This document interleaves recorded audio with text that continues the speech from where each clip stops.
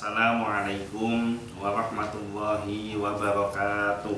Waalaikumsalam warahmatullahi wabarakatuh. Alhamdulillah wassalatu wassalamu ala Rasulillah Sayyidina Muhammad ibni Abdillah wa ala alihi wa sahbihi wa mawalah, amma ba'du.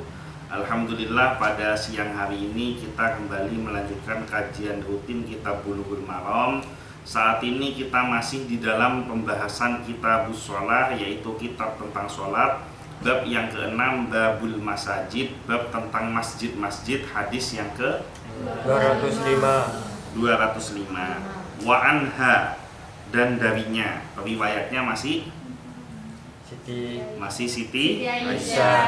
Wa anha, dan dari Siti Aisyah radhiyallahu anha, anna walidatan sauda'a, anna bahwasanya walidatan ada seorang budak sauda'a berkulit hitam, karena laha khibaun, dia mendirikan atau memiliki tenda fil masjidi, di dalam masjid.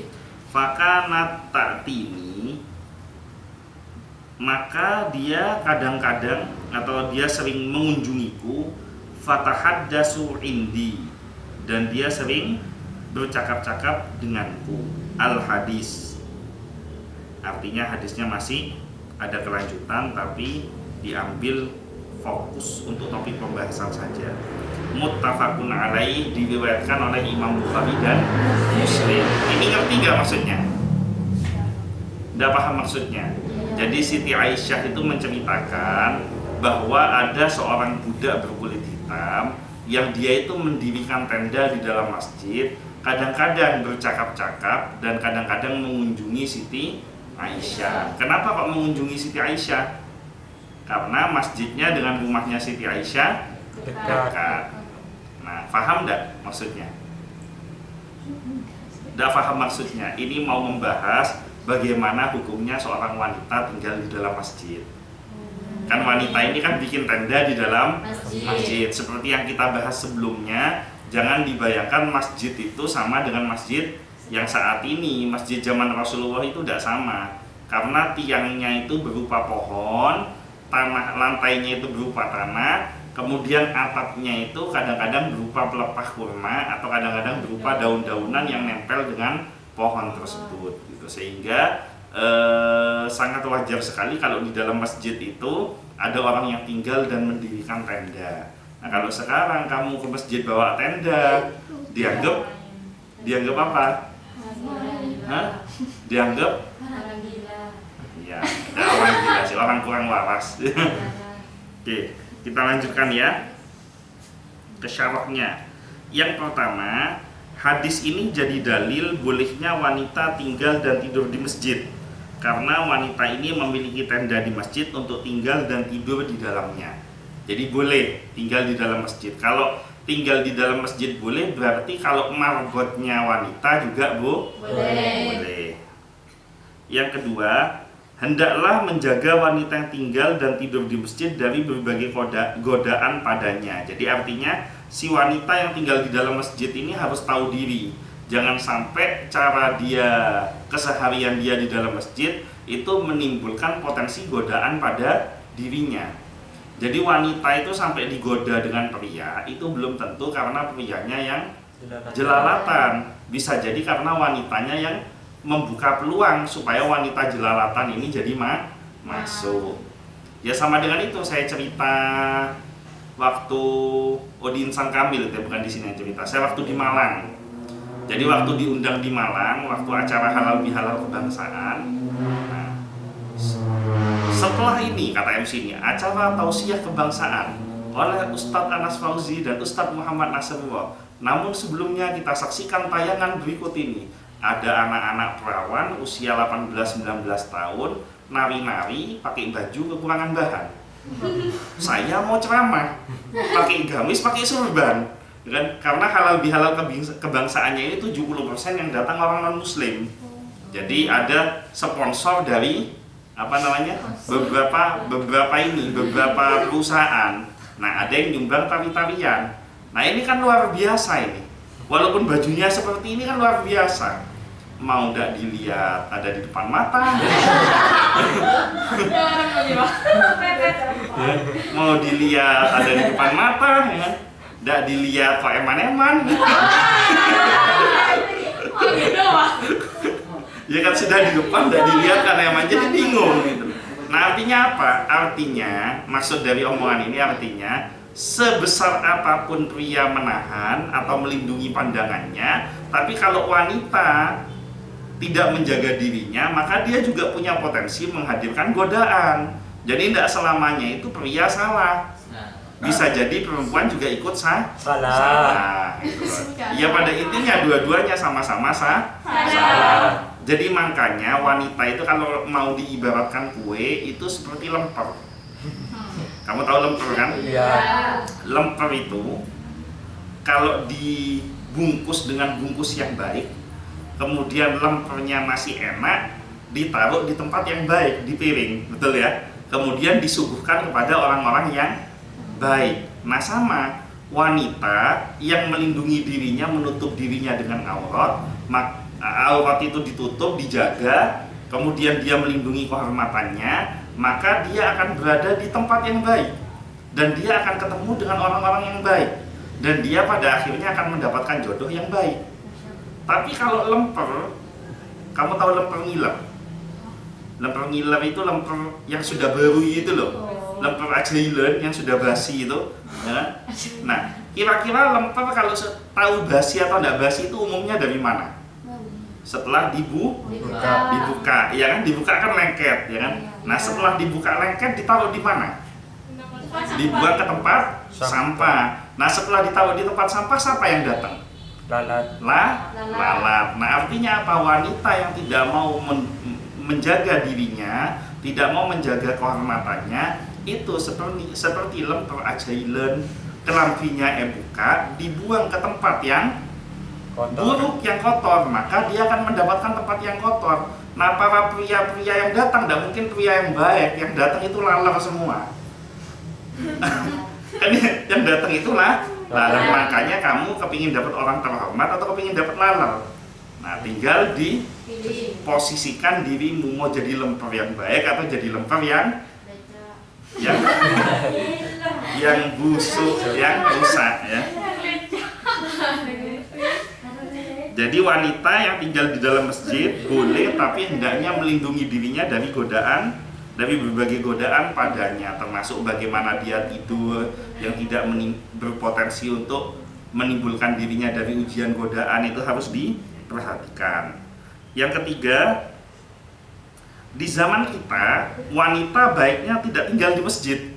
Zaman sekarang ini sudah nggak benar kalau wanita tidur di masjid.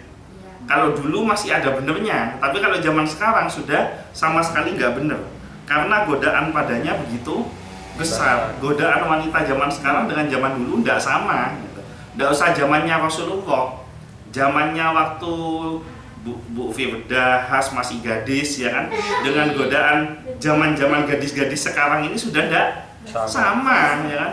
Zaman dulu anak SMA itu nggak kenal istilah pacaran itu apa. Coba lihat tuh anak TK zaman sekarang. Anak TK saja sudah deklarasi punya pacar. Nah, artinya godaan zaman ini sudah tidak sama. Maka wanita zaman sekarang harus jauh lebih hati-hati daripada wanita zaman dulu. Termasuk dalam urusan di masjid, tidak usah sudah aneh-aneh tinggal di dalam masjid. Selanjutnya, pertanyaannya sekarang, kalau laki-laki yang tinggal di masjid itu tidak terlalu banyak masalah. Tapi kalau wanita itu banyak masalah, salah satunya timbul potensi godaan. Yang kedua, nah bagaimana hukumnya ketika wanita itu sedang haid? Itu kan masalah lagi kan kalau dia tinggal di dalam masjid. Nah, bolehkah wanita haid masuk masjid? Apakah wanita haid boleh masuk masjid berdasarkan hadis budak wanita ini? Kan ini hadis ini menceritakan bahwa ada budak wanita yang tinggal di dalam masjid. Nah, menggunakan dalil ini boleh nggak menjadi dasar bahwa wanita haid boleh masuk masjid? Boleh apa enggak? Menggunakan hadis ini boleh enggak? Yang bilang boleh siapa? Yang bilang enggak siapa? Yang bingung siapa? Ya, kita lanjutkan. Saya belum tahu juga jawabannya. Kita lanjutkan. Kan saya ngaji juga ini ceritanya. Jawabannya adalah hadis ini punya bahasan lain. Jadi tadi itu kan ada al-hadis. Al-hadis itu artinya dia masih ada kelanjutan. Cuma di Bulughul Maram ini dipotong ke fokus pembahasan bahwa membolehkan wanita tinggal di dalam masjid. Nah, para ulama mengatakan bahwa wanita, si budak wanita yang hitam ini yang tinggal di dalam masjid, ternyata dia adalah wanita yang menopause. Wanita menopause itu artinya wanita yang sudah sampai pada usia di mana dia berhenti haid, sehingga dia sudah nggak haid lagi. Nah, menurut pendapat terkuat, wanita haid masih boleh berdiam di masjid, yang penting tidak mengotori masjid. Ada pendapat yang begitu. Ada yang mengatakan bahwa wanita haid boleh diam di masjid, yang penting tidak mengotori masjid. Tapi kalau menurut madhab Syafi'i, wanita sama sekali tidak boleh masuk ke dalam masjid ketika dia haid. Kalau duduk di terasnya masjid masih boleh, tapi kalau ke dalam masjid tidak boleh. Ya karena kita menganut madhab Syafi'i, ya kita ikutin bahwa masuk ke dalam masjid tidak boleh dalam keadaan haid. Hadis tentang bahasan wanita haid dan junub dilarang masuk ke masjid ini sudah dibahas di hadis yang keberapa? 70. Hadis yang ke-122 dari kitab Bulughul Maram. Itu berapa bulan yang lalu itu? Jangan-jangan golongannya Kiki juga belum masuk kayaknya ya. Kamu sampai awal masuk tuh di pembahasan bab apa? Ingat nggak? Oke. Memang banyak pelupa pegawai gelar di sini. Saya baca hadisnya ya. Wa an Aisyah radhiyallahu anha, dari Aisyah radhiyallahu anha qalat, beliau berkata, qala Rasulullah sallallahu alaihi wasallam, telah bersabda Rasulullah sallallahu alaihi wasallam, inni la uhilla, sesungguhnya aku tidak menghalalkan atau melarang atau mengharamkan al-masjidah, untuk masuk ke dalam masjid, lihaidin, bagi wanita yang haid, wala junubin, dan orang yang dalam keadaan junub. Jadi hadis dulu kita sudah pernah membahas bahwa wanita yang haid dan seseorang yang sedang junub tidak boleh masuk ke dalam masjid. Dan ada penjelasan ulama dari hadis yang kita kaji sekarang bahwa wanita yang tinggal di dalam masjid itu wanita yang sudah menopause. Jadi tidak ada ikhtilaf, tidak ada kontradiksi di antara dua hadis. Selanjutnya, hadis ini yang dijadikan dalil bahwa wanita haid dan junub tidak boleh berdiam di masjid. Inilah pendapat jumhur ulama, dari ulama Hanafiyah, ulama Malikiyah, ulama Syafi'iyah, dan menjadi pendapat ulama Hambali terkait masalah haid. Ternyata tidak hanya ulama Syafi'i, tapi 4 imam ahlu sunnah wal jamaah sepakat bahwa semua wanita yang haid dan dalam orang yang dalam keadaan junub tidak boleh masuk ke dalam masjid. Dalil jumhur ulama adalah firman Allah di surat An-Nisa ayat 43. Ya ayyuhalladzina amanu, wahai orang-orang yang beriman, la taqrabus sholata, janganlah kamu mendekati sholat. Maksudnya mendekati itu janganlah kamu dekat-dekat untuk mengerjakan sholat, wa antum sukaro, dalam keadaan kamu mabuk. Sukaro itu mabuk. Janganlah kamu dekat-dekat ke sholat kalau kamu masih mabuk. Jadi maksudnya zaman dulu itu minum khamr belum diharamkan. Minum-minuman keras itu ada tahapan di dalam proses dari boleh sampai haram. Nah, pada zaman awal syariat Rasulullah, minum-minuman keras itu tidak diharamkan. Nah, salah satu dalil itu turun secara bertahap. Salah satu tahapan dalil yang secara bertahap melarang minuman keras adalah ayat ini, ya, wala taqrabus shalah wa antum sukara. Jangan kamu mengerjakan sholat sedang kamu dalam keadaan mabuk. Maksudnya itu deket-deket aja nggak boleh, apalagi apalagi mengerjakan sholat. Gitu. Jadi awalnya boleh minum minuman keras, tapi tidak boleh mabuk kalau mau sholat. Gitu loh. Jadi tahapannya secara bertahap. Nah, ketika sampai pada masanya, kan orang kalau minum minuman keras kan tidak mungkin tidak mabuk kalau minum terus kan. Apalagi dia sudah merasa nyaman, candu, dia minum mabuk. Nah, ketika mabuk, masuklah waktu sholat. Ternyata dia jadi imam. Dia baca surat Al-Kafirun, nggak selesai-selesai. La a'budu ma ta'budun wala antum a'buduna ma'bud wala ana a'budu ma abattum wala antum a'buduna ma'bud wala ana a'budu ma abattum. Terus seperti itu. Nah, dari situ akhirnya turunlah dalil diharamkan minum khamr. Jadi bertahap. Khamr itu tidak langsung diharamkan. Jadi kalau ada orang suka ngulang-ngulang hafalan, dicek siapa tahu dia minum khamr. Lanjutnya, hatta ta'lamu ma taqulun, sehingga kamu mengerti apa yang kamu ucapkan. Jadi setelah kamu sadar omonganmu itu kamu bisa cerna, baru kamu boleh sholat lagi. Itu dalil dulu loh ya, jangan dipakai untuk sekarang ini karena sudah dihapuskan dengan ayat yang lain. Ini namanya ayat nasikh mansukh.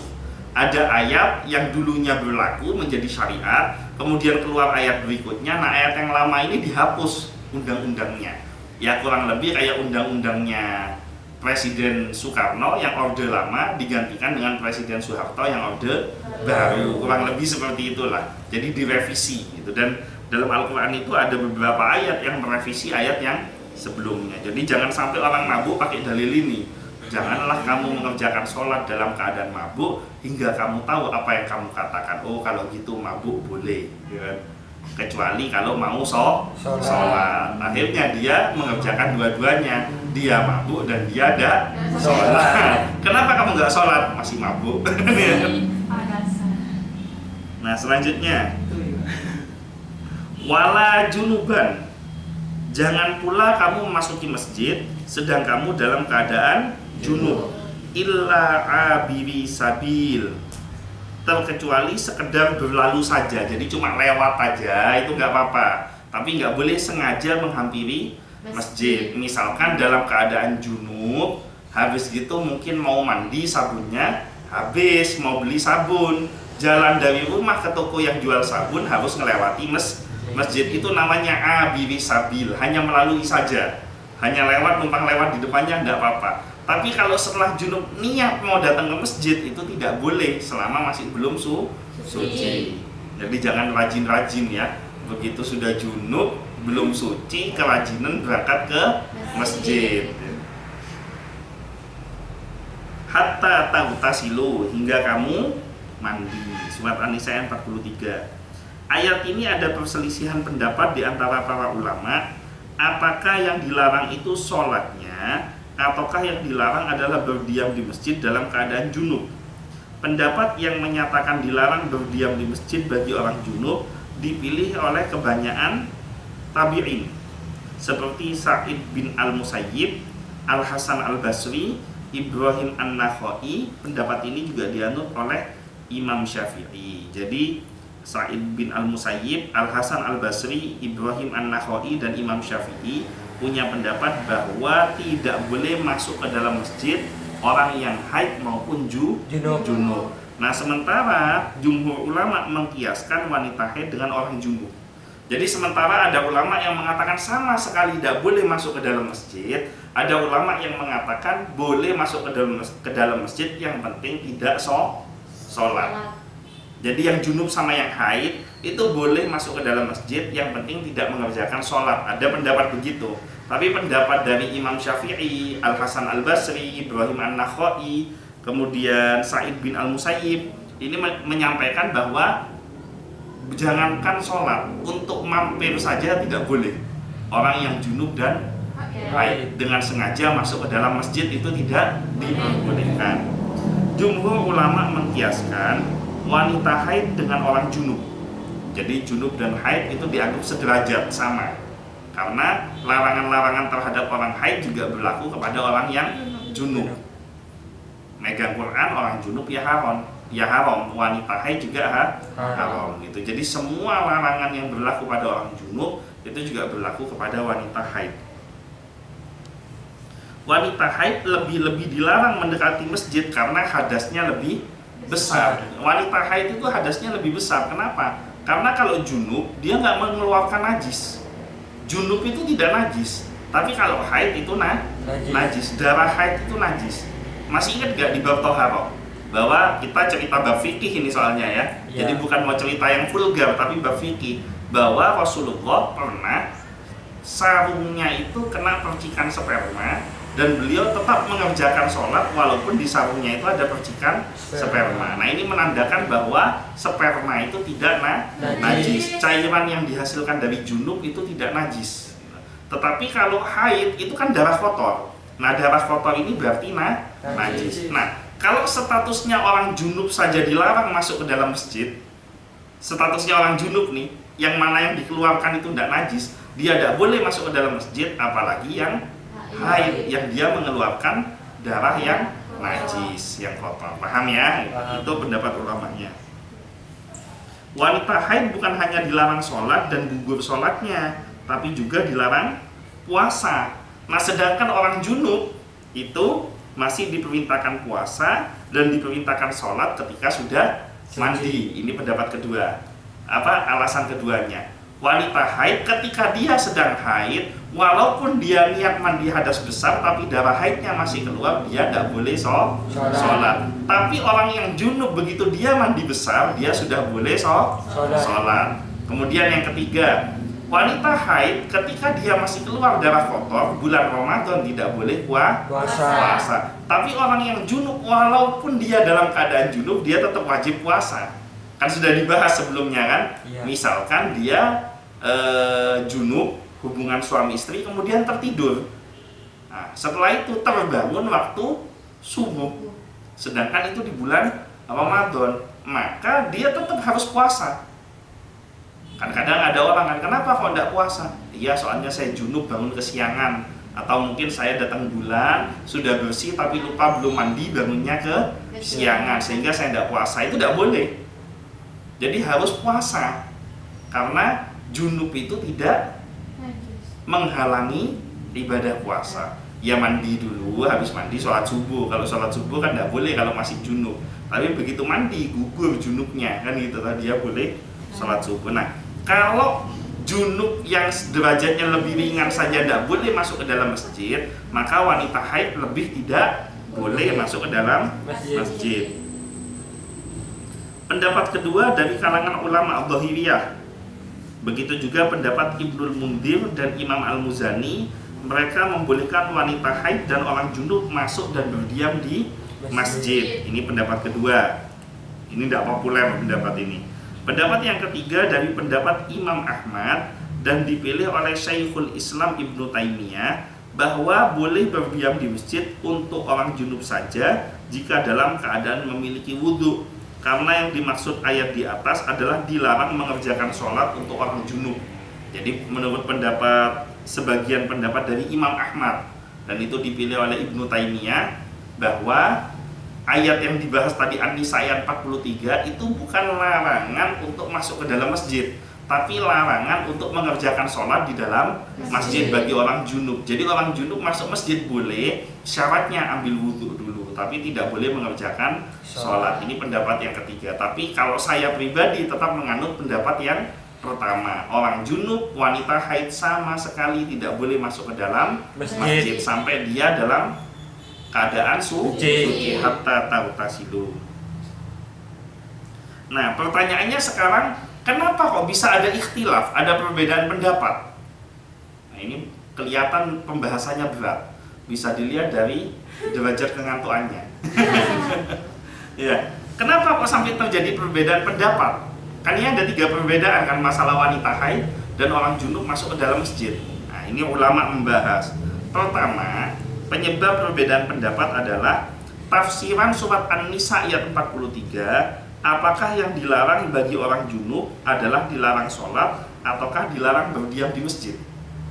Karena kan ayatnya kan tidak wala junuban illa abiri sabil, wala junuban, dan orang-orang yang junub tidak boleh kan illa abiri sabil, kecuali hanya berlalu saja. Nah ulama menafsirkan, orang kalau ke masjid niatnya pasti mau sholat. Berarti kalau ke masjid nggak ngerjain sholat boleh. Ada ulama yang berpendapat begitu, gitu loh. Nah tapi ulama yang lebih hati-hati menafsirkan, ya pokoknya ke masjid kan bisa aja ibu-ibu nganterin anaknya sekolah, ya kan? Kemudian sekolahnya dekat di masjid, si ibu-ibu nungguin di masjid, kan bisa aja begitu. Itu tetap tidak boleh. di terasnya masjid boleh, masuk ke dalam masjid yang nggak boleh untuk wanita yang haid ya. Nah kemudian yang kedua penyebabnya perbedaan dalam pensohihan dan pendhoifan hadis. Ini juga menjadi ikhtilaf derajat hadis yang sahih dan dhaif. Ini menjadi ikhtilaf untuk menentukan sebuah pendapat di dalam hadis. Kesimpulan hukum wanita haid dan orang junub masuk masjid. Pertama, jumhur ulama berpendapat bahwa orang junub tidak boleh berdiam di masjid, hanya boleh melewati saja. Larangan ini berdasarkan surat An-Nisa ayat 43 yang dimaksud ayat janganlah mendekati sholat adalah janganlah mendekati tempat sholat yaitu masjid. 2. Tidak ada hadis yang melarang wanita haid memasuki masjid kecuali hadis yang dikaji kali ini.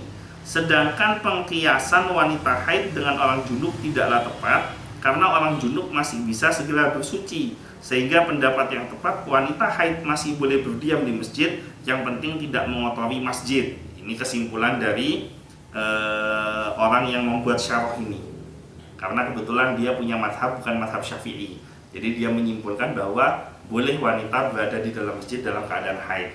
Tapi kalau kita sepakat bahwa semua wanita haid tidak boleh masuk ke dalam masjid.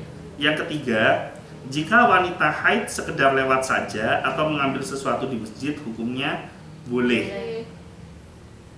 Misalkan kalau ada barang yang ketinggalan di masjid atau mau mengambil sesuatu yang diperlukan di dalam masjid, tidak ada orang lain yang bisa dimintai bantuan, hanya dia sendiri yang bisa masuk dan itu diperlukan harus diambil, maka boleh.